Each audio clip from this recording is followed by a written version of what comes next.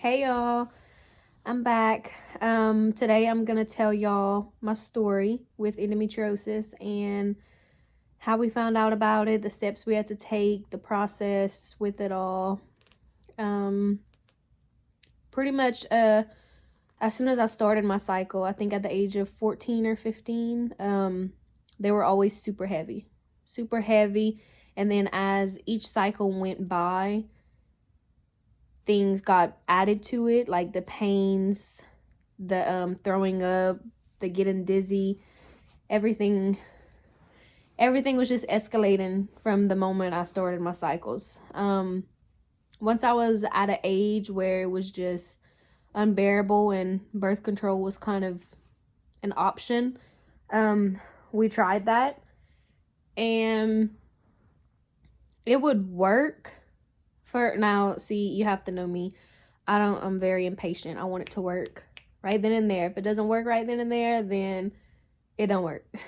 But I noticed that yes, it was working, but it was only working to regulate my cycles. It wasn't stopping the heavy bleeding. It wasn't stopping the short pains. It wasn't stopping the throwing up, the almost passing out. It just would regulate it. Like I would start on the same day every month for maybe 4 to 5 days. Like it just depends.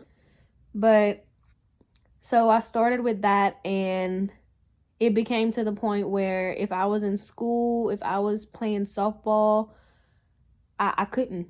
I couldn't walk. I couldn't move. I couldn't stay at school.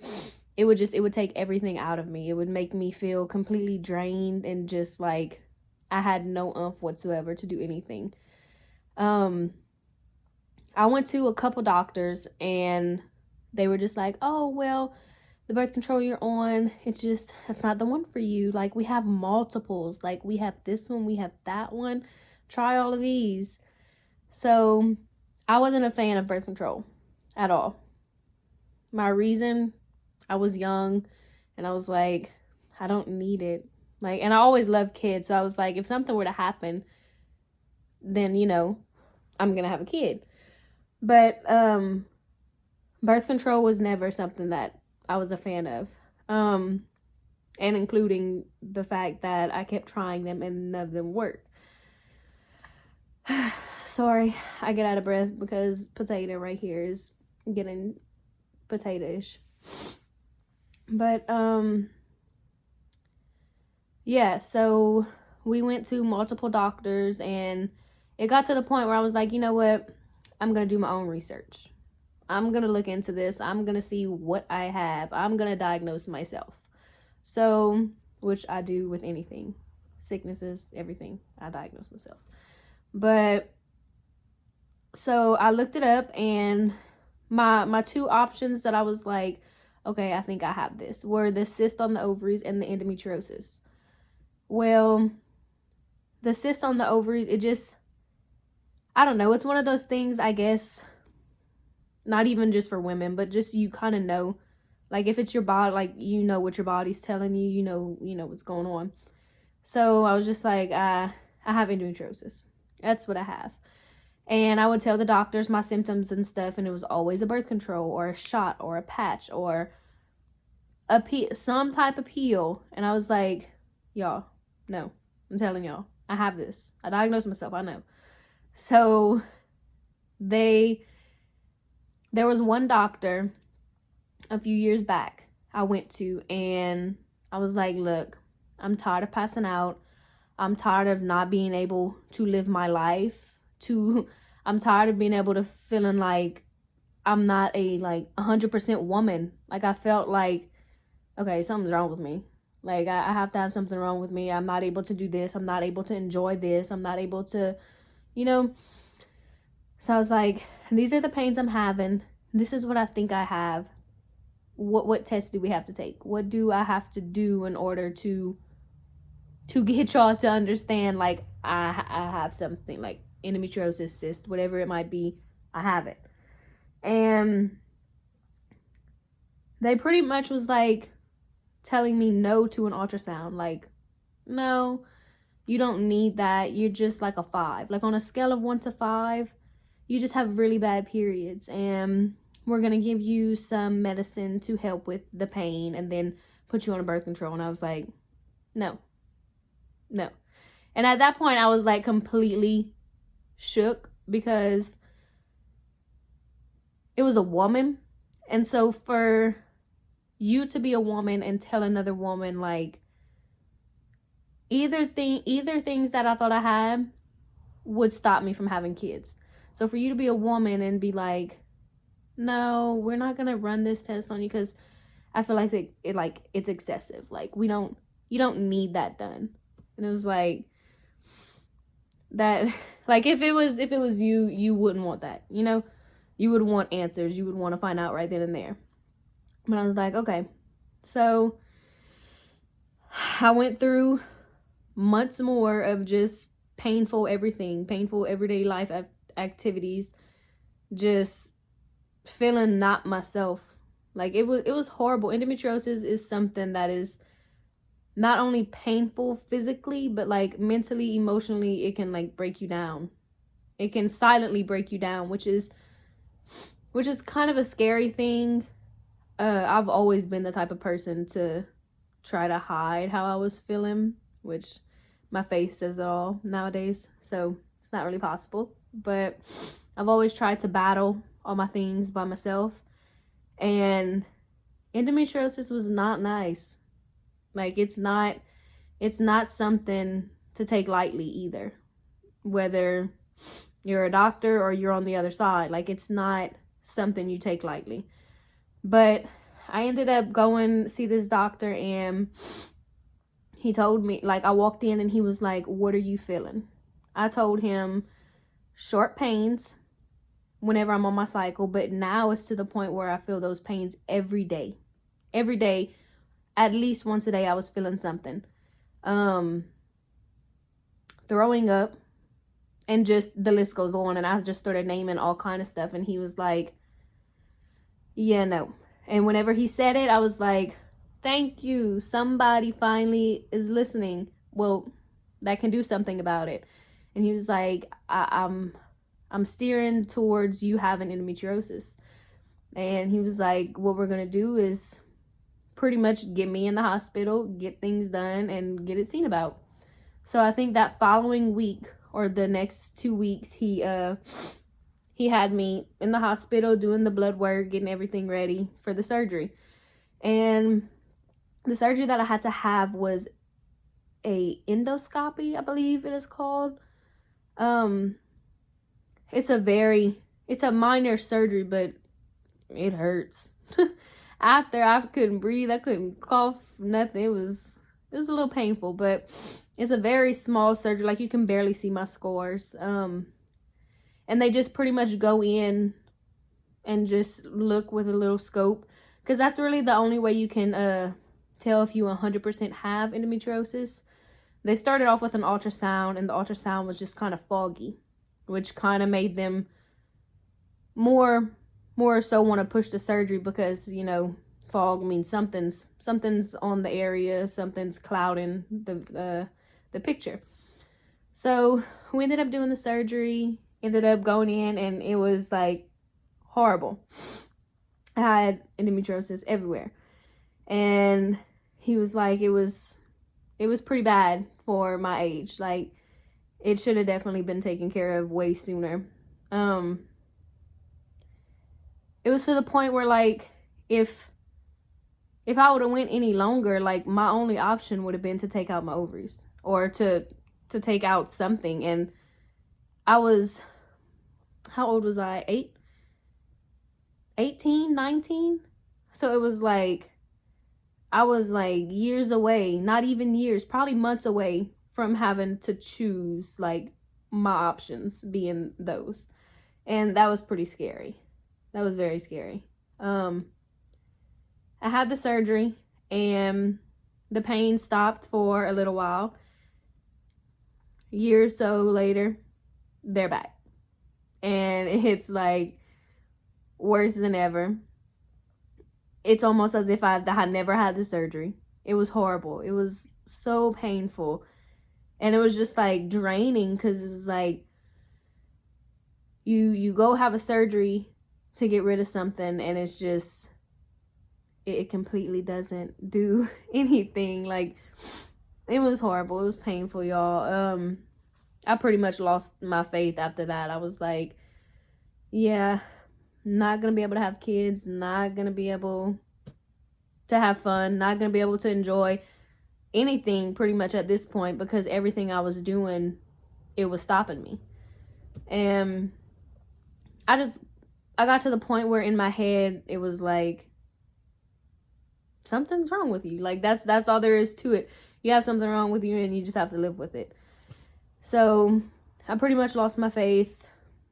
Didn't really care about praying this works out, or praying that I get this, praying that. It was like, what more could I do? What more could I possibly do to show you, like, I love kids, I want kids one day, and then I end up getting something that can take kids away, like me having kids. Like, it was just scary. It was not fun at all. And it's been years. Ever since I started my cycle, I've had this. And it wasn't until I met the guy I'm with now. He kind of pushed me. Well, I'm not gonna say kind of. He did push me to just have faith and to believe, like, I'm gonna have kids. Like, the more you put negative thoughts in your head, the more you surround yourself with negativity, that's what you're gonna get. You can't expect positive results if you're constantly being negative, or if you're constantly surrounding yourself with negativity. You're not gonna get a positive outcome. You're not. So he pretty much just kept me grounded. He kept me open-minded about the situation, and just, like, you're gonna have a kid, like, stop sweating it. Like, he was just very calm about it, always. Well, we ended up splitting up for a while, and then getting back together. Well, he, like, whenever we got back together, he still every now and then would say something about, oh, you're gonna be a mom. Like, I'm telling you, you're gonna be a mother, you're gonna be a great mother. And I would believe him, because he gives me that comfort, he gives me that reassurance, and it made my mind at ease. But it's like that little voice in the back of your head, you're still like, yeah, but I still have it. So how am I supposed to be positive? How am I supposed to get through this? Like, how am I supposed to believe it for myself, And a few months later, I just felt like, I was like, okay, I feel like I'm carrying a child. Like, I feel like I just felt whole. And at this point, I was reading my daily Bible scriptures. I was praying to God, like, God, you put this man back in my life. I thank you for that. You brought us back together for a reason, So I was slowly getting back into that groove of just having faith and just trusting God's process. And sure enough, I was like, okay, I'm going to take one, because I didn't feel bad. I didn't feel sick. I just felt good. Like, I felt amazing. Like, I was glowing. Like, I felt good. So I was like, I'm going to take one, because I feel it. I feel like we have a little baby growing. So I went and I took a test. Well, I took, I think, 3 of them, and they were all positive. And I was just, like, at first, I was in shock. I was like, maybe this is somebody else's test, knowing that I'm in the bathroom by myself, so it's my test. But I was just staring at them, and I was like, oh, wow. Like, this is for real? So I told him and everything, and we told everybody, went through the whole process and whatnot, and it kicked in. It was like, okay, God blessed us with this baby. What do I, like, it was like my mind was already trained, worry, worry, worry, worry, worry. And so it was like, okay, God bless us with this baby, so now what do I have to worry about? Like, do I have to worry about bleeding while I have him with my endometriosis? Do I have to worry about clots? Do I have to worry, like, is he going to be okay? Like, what is it going to do? And I went to my doctor in Lafayette, which he is an amazing doctor, very, very thorough. And he was like, it's not going to affect the baby. Like, y'all are going to be fine. You're going to be okay. And I was just like, okay. And the more I talked to my boyfriend, the more I talked to my mom and them, it was like, you have this blessing.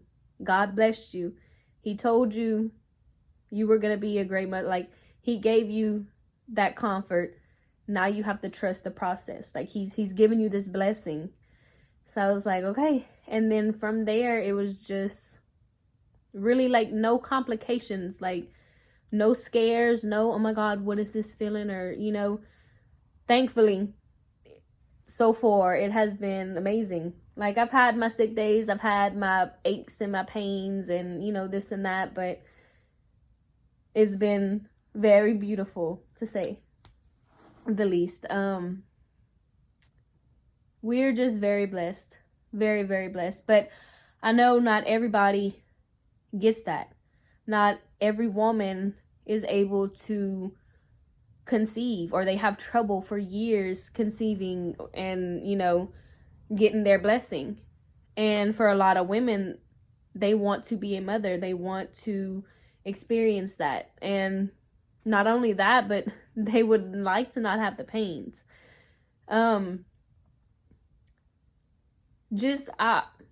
My main thing for anybody going through it, who has went through it, or you went through it, maybe had your blessing and then it came right back. Don't lose faith. Don't think you're broken, or, you know, you're not 100% a woman because you can't do this or you can't do that. Don't put that in your head. Like I said earlier, if you think negative, if you surround yourself with negativity, that's the outcome you're going to get. There's no ifs, ands, or buts. That's what you're going to get. So you have to stay grounded. You have to keep your head up. You have to have faith. You have to. It's the only way you're going to get through it. Like, there's going to be days where it's like, faith, what is faith going to do? What is faith's going to help my pains? Faith's going to cure me? Like, am I just going to rely on faith? And it's kind of like, in that moment, you're like, no, like, I need medicine. I need something strong. Like, I need something to cure me. But God doesn't give you anything you can't handle. And you have to believe that. You have to try to keep that faith. But, yeah, that's pretty much my story. I mean, there's a lot of in-betweens and, like, more painful, whatever, stories. But you get the picture. Like, it wasn't anything nice, but in the end, we have our beautiful baby boy who's about to be here with us, and I can't wait. I really cannot wait. But I really do want to let women know, like, you're not alone. You're not the only one who has been through this. You may have it worse. You may not have it as bad as another woman has it, but it's still painful. It still can knock a woman down. It still can take away from their worth, their self-worth. Y'all just be strong. Keep your head up. Be strong. Have faith. You're going to get through it. I promise you, you're going to get through it. It might not be nice. It might not be on the time you want it to be, but you got it. You're going to get through it. Everybody, you have a support system. You just have to let them support you. You have to let them talk to you and give you advice and be there for you. You have to let people in. So, y'all, I'm telling y'all, I'm out of breath. He's humongous. But don't forget to comment, like, and subscribe. And with that story being told, the content that I'll begin to bring is just kind of a everyday life routines. Once little man is here, pretty much like our personal life, things that are going on, achievements, goals, stuff like that. Just fun content for y'all. But we shall see. We shall see what this channel will bring. Thank y'all for all y'all support. Don't forget, comment, like, and subscribe.